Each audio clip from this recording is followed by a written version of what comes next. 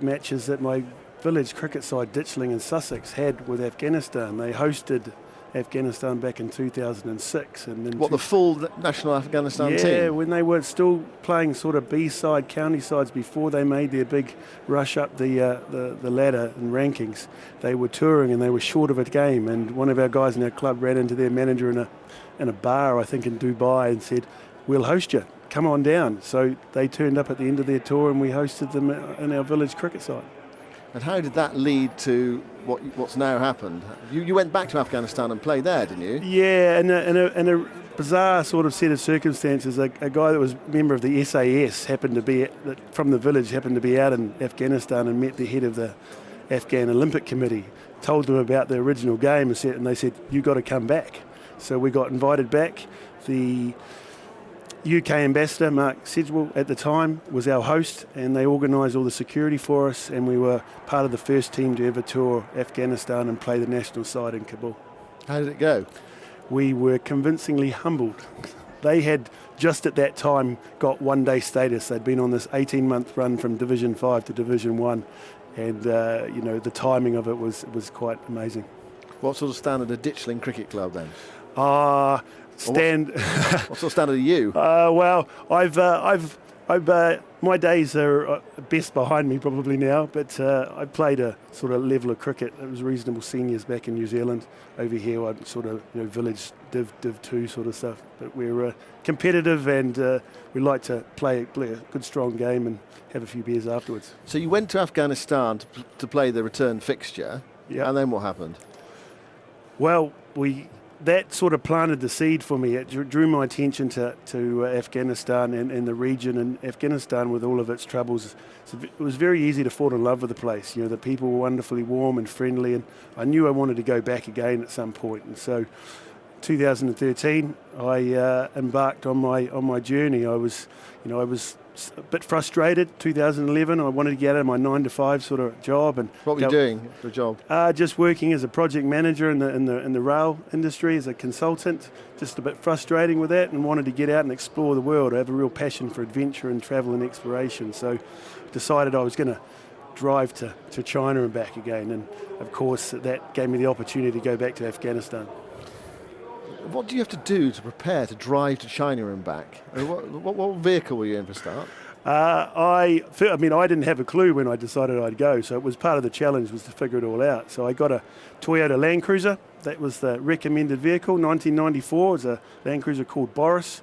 He'd been around Africa before, so he was prepared to go. You can prepare these overland vehicles with all sorts of equipment that you can. I had a shower and a bed on the roof. A shower? There was a shower installed in it. And a roof on had the bed on top, tent on top, and I had a beer fridge in the back. Took one of the seats out so we could keep the beers cold along the way.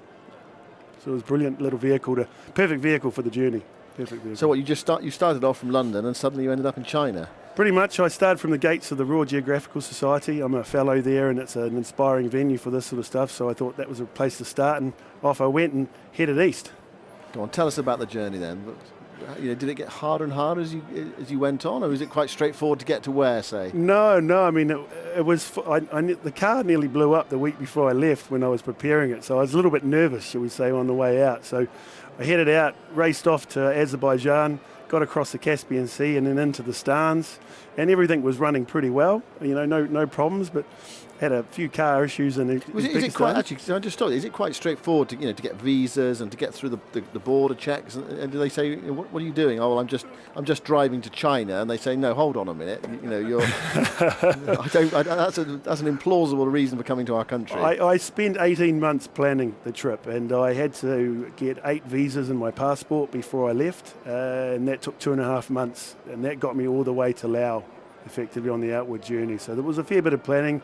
But once you got on the road and you got to meet the people, everybody was pretty friendly, even at the borders, no problems. I thought you had the right paperwork, they let you through. Yeah. What was the toughest part of the trip?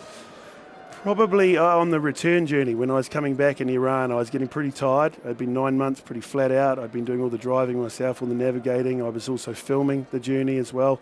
And I just started to get worn out from tiredness, and that's when I had a failed gearbox the day I arrived in Iran, and couldn't fix it because they didn't have the parts because of economic sanctions in the country. It took me 5 weeks to get out of Iran. So what did you do? Ended up pushing Boris over the border into Turkey. Pushing it? I literally pushed him across the border into Turkey. Sorry, I'm just trying to work this out. I mean, so did he break down just before the border? No, you put him on recovery trucks, Right. and you drove him to the border, but your recovery truck can't go across the Right, border. right, So I we see. drove to the edge, pushed him over, rolled into Turkey up to the the customs guys, and said, "Hello, mate. I've just come to visit your country." And then in Turkey they say, "Oh, we haven't got the parts either." No, I ended up taking him across Turkey and putting him into Greece and flying out a gearbox from the UK to get him reinstalled and to drive the rest of the way home. I mean, we're sort of focusing on the part of your trip where you went to Afghanistan and Pakistan. I mean, it feels like a no-go area for people from the West because of all the problems there have been. You mentioned actually that when you went to play that cricket match in Afghanistan, you had to sort out all the security beforehand, and we hear of terrorist attacks in Pakistan and trouble there. What is it like there? On the ground, when you're there, it's fine. I mean, I did all my best efforts to do the research, talk to the right people, make sure that I had information and talk to the locals effectively on the ground, and they would tell you whether or not it was safe to go anywhere. And, trouble that you hear about in the media is very isolated. It'll be in one little location, and these countries are huge, so the chances of actually affecting you are very small. And so everywhere I travelled, I had no problems whatsoever. If there was any area in Pakistan, notably, there was Baluchistan, and in northern Pakistan on the Karakoram Highway, there was security hotspots, and the police actually gave you escorts along the way just to make sure there was no problem. What was it like driving through Afghanistan? I mean, if someone said to me, "Well, next week we're going to drive from Iran to Pakistan via Afghanistan," I would say, "No, I'm not going to do that." No problems. I only went up into the Walk-On corridor on the northwest eastern end of Afghanistan because it was a safe entrance from Tajikistan. I could drive up the Walk-On Valley in between the Karakoram mountain ranges and the Pamir, and I drove all the way up there right to the end, and that was fine. It wasn't really roads or anything, but getting into that part of Afghanistan was okay. You can't really drive around in the rest of Afghanistan. You have to fly between countries, but you could go there as a tourist now, and I'm sure you have a wonderful time. And in Pakistan? Pakistan was brilliant. People there were absolutely amazing. The Muslim culture there, that you get as a guest, you're number one. They look after you. They want to make sure that you're safe. And everywhere I went, I was looked after, shown away, and the hospitality was amazing. And the drive in northern Pakistan at the Karakoram Highway was just simply spectacular. Most beautiful piece of road I drove on the entire journey. I mean, have you got any photographs? Have you got any website or anything like that? Yeah, I have. There's the website for the film is thegreatgamemovie.com, and you can find out about what's happening with the film and where you can see it at the Adventure Travel Film Festival. There's also a charity premiere on the 8th of October, which people can come along to as a VIP. The website, I've got bigoadventures.com was my website for the journey, and I have sort of social media in terms of Instagram, and you can see all the pictures on there. Did you go alone? I did. I had Boris the truck and Kiwi Ted, my mascot, as my company for the journey. Didn't you get lonely? Never. I always meet people along the way. It was never a problem. You actually kind of pine for those quieter times when there isn't anybody, around. There must have been, some memorable things that happened to you. Specific things, fixes you got into, or remarkable stories. There was. I was driving up the Karakoram Highway in northern Pakistan. It was the day I was going to go right up to the border. I was pretty excited about getting up to China. I'd been told the top of the highway was awesome. I got to the last checkpoint and I handed over my British passport, which I was using. And they said, "Sorry, you can't come up." I'm going, "Why is that?" And they go, "No Americans, no British people." I go, "Why?" "Just that's the rule." So I said, "Hold on, mate.